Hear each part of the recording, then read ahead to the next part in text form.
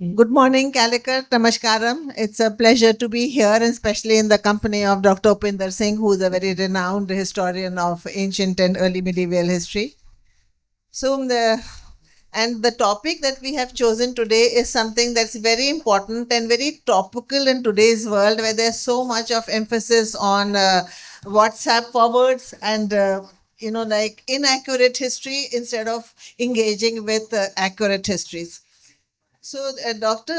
Singh's books, especially her book on the history of ancient and medieval India, emphasizes the need for accurate historical understanding, countering myths and misconceptions prevalent in modern discourse. And that is what I would like to ask you about. Okay, during your long writing career, how have you chosen topics and themes that you have written on? I know that you have 10 books and you must be having many more, I'm sure, academic papers. Thank you, Rana. It's lovely to be talking to you about history. Well, one writes for all kinds of different reasons. And one of the things I must say is that when somebody asks me, what is your specialization, which you are often asked as an academic, I often find it difficult to answer because I worked on so many different things. I find that history is such an interesting subject. There are so many exciting new subjects for research out there that my interests have actually changed and evolved a great deal. So I started, my first book was based on my PhD thesis. Then I was asked to write a book on ancient Delhi. And I did it because it was part of a series. Um, it was my first experience writing for a general audience. So it was important. And I'm glad I wrote that book because I'd never thought about Delhi's ancient history. But at some point, I decided actually that I only want to work, I only want to write about things I really feel passionate about because time is short and there's so many things one could write about, but there isn't enough time. But sometimes things happen by accident. As you would know, you're also a writer. So my Discovery of Ancient India, that's a book that was triggered by a book that belonged to a 19th century archaeologist named Begler falling into my hands in the Archaeological Survey of India. And he had written all kinds of little notes in the margin, and I got very intrigued. And that feeling intrigued led to a full fledged book which talked about the history of archaeology and archaeologists in India. But after that, my history of ancient and early medieval India, which by the way goes up to the 12th century, from the Stone Age to the 12th century, I wrote that because I had taught undergraduate students for decades and I wanted to do something more permanent than, giving my own students my ideas about ancient India. So that came out of my experience as a teacher. And I wanted to write for general readers. And I also wanted to write for students. And I wanted to make ancient Indian history meaningful, interesting, exciting, lively, and also explain to readers how is it that historians write history. And I'll just tell you about one book, Political Violence in Ancient India, which you mentioned. Well, that book emerged from a sudden realization that I had some years ago. And that realization was that although I had studied, taught, researched ancient Indian history for so many decades, I had missed one very important point.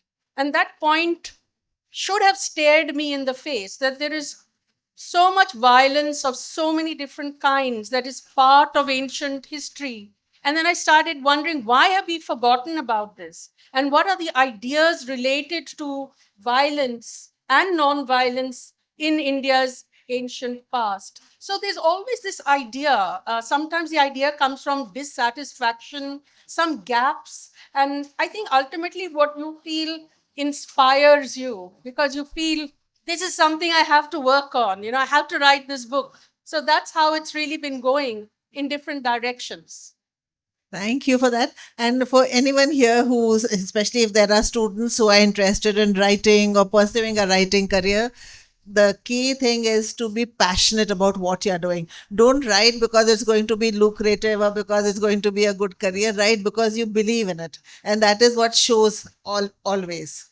And to, like something from this answer that you gave takes me to popular history and narrative history. As someone who works as a public historian, I work in I have many books also, but for the most people remember me and recognize me for my work on social media, where I put up a lot of information. It's my new classroom in a way, where I keep putting up a lot of information daily on WhatsApp, on uh, Twitter and Instagram to counter WhatsApp history. So, as you said, you wanted to make your books lively and interesting, which is, I feel somewhere there's been that gap between academic writing and popular narrative writing, where academic writing was not always understood by the public at large. So, can academic writing and popular writing be combined and balanced? And what is the importance of reaching out to a much larger audience than just academia? Well, Rana, I have written a lot of things, books and articles for academic audiences, that is, writing for other historians. But over time, and I think Ancient Delhi, that book was important for me because I realized how difficult it is to write for non historians, to write for a general audience. I find is much more difficult than writing for historians because you have to be able to convey your ideas clearly and also in an interesting way. And probably as I look back on it now, because I became a university professor very late in life, for decades I was teaching BA students in St. Stephen's College. I think my experience of teaching undergraduates helped me a great deal in trying to reach out to a larger audience because you have to do that all the time. You're dealing in the classroom with 17, 18-year-olds who have no interest, most of them, in ancient India. So you have to make it interesting. And, that really helped me. So I have increasingly felt that importance. I feel I have not done enough in that area. I've not done as much as you have, Rana, because I'm still a little shy of, I don't have a blog, but I think blogs are really important. I know that you are, people like you who are involved in heritage walks, for instance, that's really important because you have to move off the printed page. You have to reach out to people in many different ways. And what I feel is that there is so much interest among ordinary people in ancient history, but there's so much misinformation. It's not just books. Now there's, as you mentioned, internet history, and people consume all this and they don't realize that a lot of it is pseudo history or it's propaganda and it's just bad history. So I think that historians really have a very, very big obligation to write for non-historians, to write for a general audience.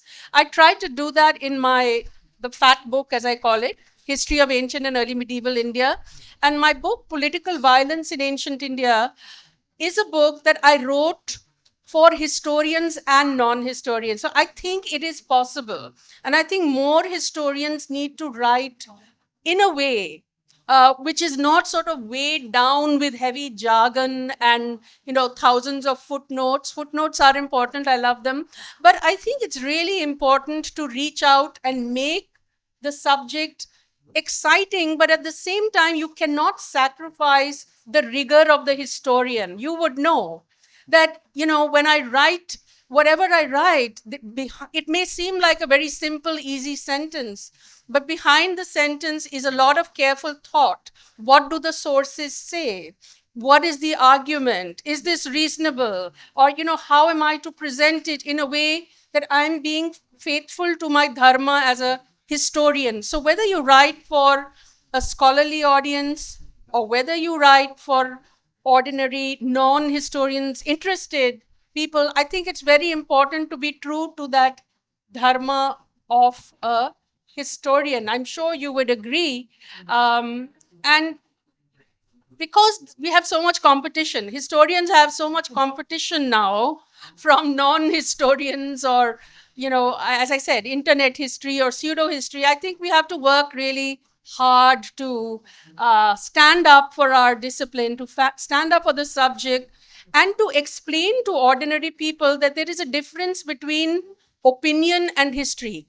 It's not like chemistry or physics where, you and I would find it difficult to have a conversation with a scientist who's doing some heavy duty research on that subject. As far as history is concerned, everybody has opinions and they have very strong opinions. And you have to be able to explain and argue and demonstrate, how is it that we historians reach the conclusions that we do, and not all opinions are sound history. And I think that is the key thing. It has to start in school, by the way. I think school history is very, very crucial to explain to young people and to explain to a general audience that history is a rigorous discipline. It is based on a careful analysis of primary sources. It is based on logic, on reason, on argument. And I think that is something we really have to get across to people, a kind of questioning which makes it possible for people to figure out the difference between good history and bad history. I don't know. The discipline of historiography is becoming more and more important, as you mentioned, because the main thing that we have to consider are the sources, whether we are consulting the primary sources, secondary sources, or we are just talking through WhatsApp and through a hat.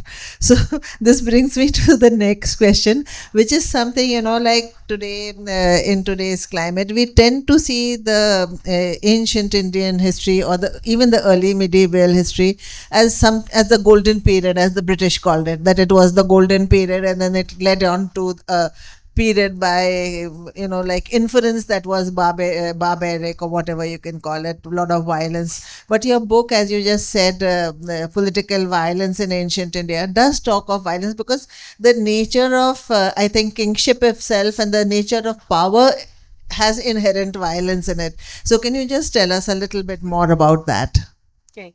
So as I mentioned, the book Political Violence in Ancient India, the inspiration for it came when I realized that I had missed a very important point in India's ancient history, and that was that this history of India is full of, ancient history of India is full of violence of many kinds, political, social, all kinds of, religious conflicts, etc.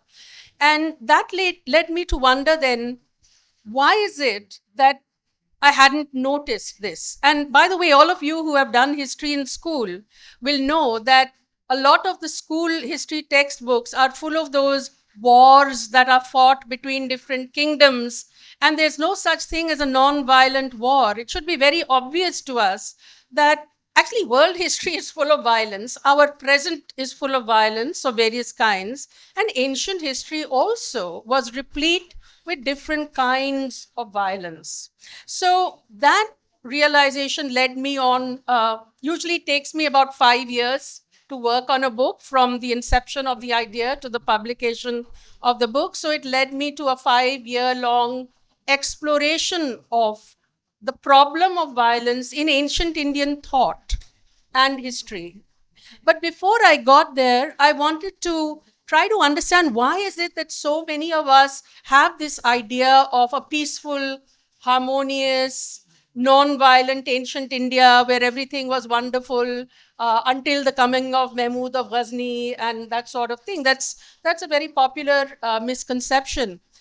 And I realized that one of the reasons, or there are at least two reasons for this amnesia about the violence in ancient history.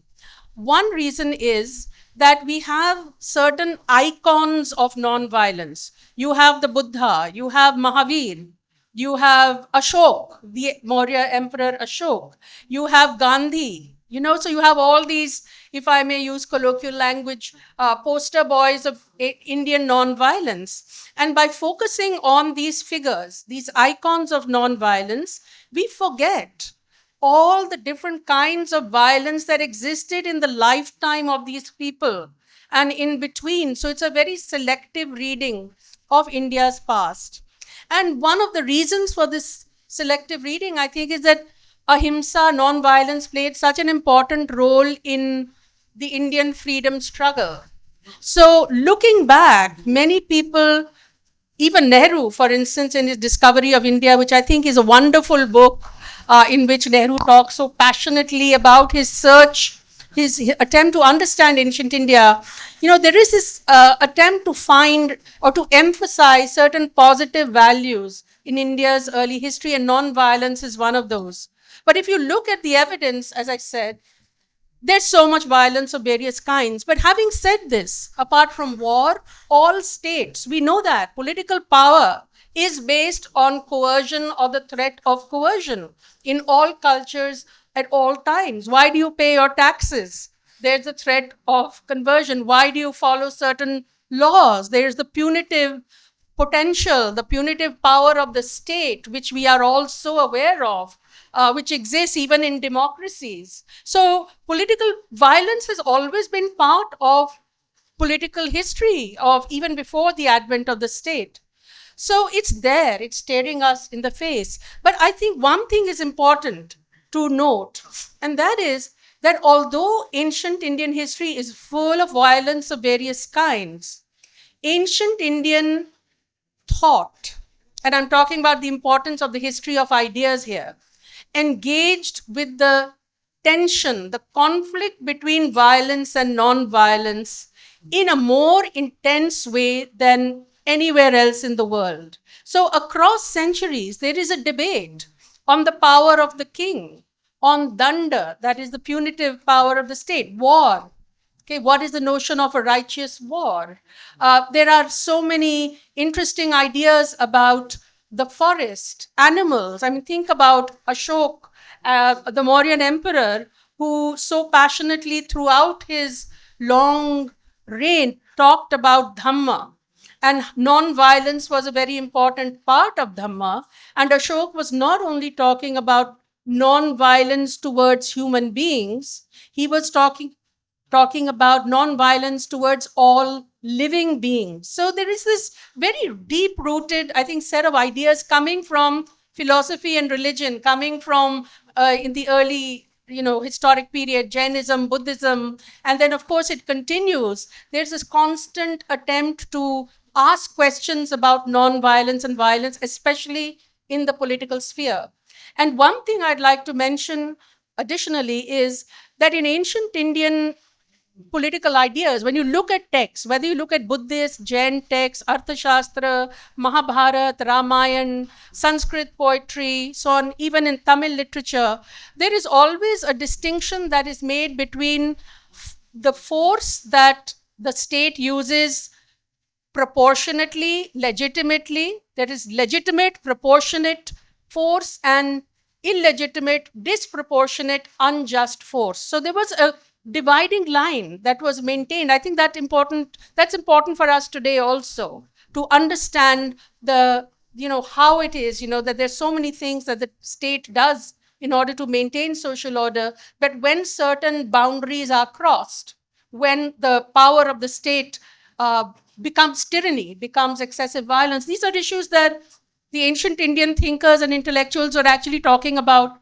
for centuries. So very interesting kind of focus on the tension between violence and non-violence in ancient Indian thought. And I want to use this as an opportunity to emphasize that, of course, in our history books, we talk about political history, social history, religious history, cultural history. The history of ideas is a very, very important and exciting area that I really wish more young people would get interested in. There's so much, as they say, scope, because the sky is the limit. There's so much interesting material out there to work on. So my focus was on violence.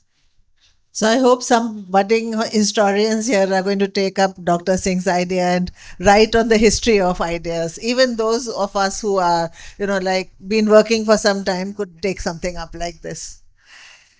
I come back to something which is very different from a history of ideas or political violence, is the importance of material evidence of the past and the archaeological discoveries, how they enhance our knowledge of the past. And you mentioned Begler. Begler is somebody who has been did a lot of work in that area. Yes, my approach as a historian is to use whatever evidence is available. And apart from texts and inscriptions and coins, archaeology, that is the material evidence of the past, is very, very important for helping us understand, especially the everyday lives of ordinary people.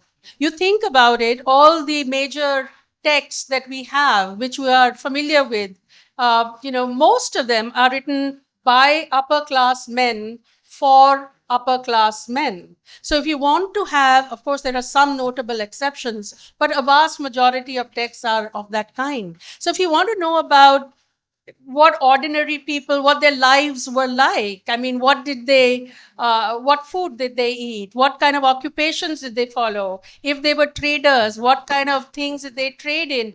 Or what kind of houses did they live in? Then you have to turn to archaeology because that is going to give you the answers. So apart from that, we often realize that for the longest period, the longest part of the human past, people didn't know how to read or write. So archaeology is our only source of information for prehistory, for the Stone Age, when there was no writing. And then think about the importance of the discovery of the Indus or Harappan civilization. That also, although many people claim to have deciphered the Harappan script, there's no kind of unanimously accepted decipherment. The discovery of the Harappan civilization and the announcement in 1924 by John Marshall, it opened to the world this vista, this awareness that let's say, in the fourth millennium, in the third millennium BCE, there was this very vast and sophisticated civilization that existed not only in the Indus Valley but beyond. And even after that, think about all the Buddhist sites that are known through archaeology. Think of Nagarjun Konda, Amravati, Sanchi. You don't know about these sites from texts, you know about them from archaeology. And think of Pattanam in Kerala, where excavations over so many decades have revealed the textures of the various kinds of interactions, trade interactions, maritime trade with the Mediterranean world, with Southeast Asia, with China, the evidence that is coming from pottery and coins. So archaeology really opens up a wealth, a world of information that is not there in the text. So it's extremely important. And that's a discipline a lot of people can, I see a lot of young people here. Many people ask me on Instagram, I want to pursue a career in history. What are the options? So one of the options is, like after your master's, you can specialize in archaeology and, take our knowledge forward in that. As you said, one of your books is on ancient India, which I have referred to when I was writing my Delhi trilogy. And I felt, as you said, that you started writing because you discovered the book on ancient and medieval history, and because you discovered Begler's text. I had gone on a heritage walk, and this is in way back in, not too far away, but 2012. And while I was on that walk in Lalkot in Mehroli, which is the first city said to be the first city of Delhi, I realized that people are just talking from the internet, or they're talking from, the view of colonial history, where they emphasize only the mutiny, the so-called mutiny spots. And that's when I wanted to write. I said, this is something that I can write about. So, and you have also worked, as I said, I've referred to your work on ancient India. So, can you tell us a little bit about ancient Delhi? Because so this was a book that I was the only book so far that I've been commissioned to write. Other books I've always worked on because I want to work on them. But there was supposed to be a series of books on Delhi, which the Delhi government wanted to bring out. Ultimately, mine was the only one that came out, but I learned a lot in the process. And I discovered that, we hardly know anything about ancient Delhi. I hardly knew anything about it because if you look at writings on Delhi, people talk about the 7 cities of Delhi. There's so much exciting work, including your own, on medieval Delhi, modern Delhi. But ancient Delhi is really invisible. you don't have those fabulous monuments. You don't have, the Jama Masjid or Humayun's tomb or the Purana Killa. All the fabulous monuments of Delhi are medieval, okay? And some are belong to the colonial period. So that's where I had to fall back on archaeology a lot, because in order to put together the ancient history of Delhi, I had to literally scrounge around for little scraps of information in archaeological reports, in ancient texts. And I tried to, with some difficulty, but I think I managed to the best, whatever was possible, to write that history. But I realized the importance of this book long afterwards. And that is again connected with my career as a teacher. Because as a teacher, you deal with a lot of disinterested students, you would know that very few students in class come to the classroom day after day feeling excited about learning more history. But local history is a way in which I think most young people can get involved and interested in history. And in fact, in Delhi University, we introduced courses on Delhi's history, and they were very popular. So I think this local history is really a way, and it's not just by writing books. As I've said, the heritage walks are very important, especially for school children, for university students as well, to make people aware that history is not just what you read about in the books, it's all around you. And in India, not only in Delhi, in even Calicut, everywhere, history is all around us. So that's local history is extremely important there. Also, these walks and books written about them make those people aware of the heritage, and then that's a way of preserving the heritage. Absolutely. Because recently you may have read or seen about it. We've been making a lot of noise on social media that the last remaining Burj of Jahanara's Bagh in Agra has fallen down. It was a very elegant, very beautiful looking Burj, and it has just fallen down because of seepage. So, like, if people are interested, I think there would be more effort to preserve our heritage. This brings me to the last question, and that is India's connection with the wider world, global interactions, cultural influences, and connected histories. So, you talked of the importance of the history of ideas. So, how do you connect all this with that? Before I answer that question, I just want to respond to what you said just now, Rana.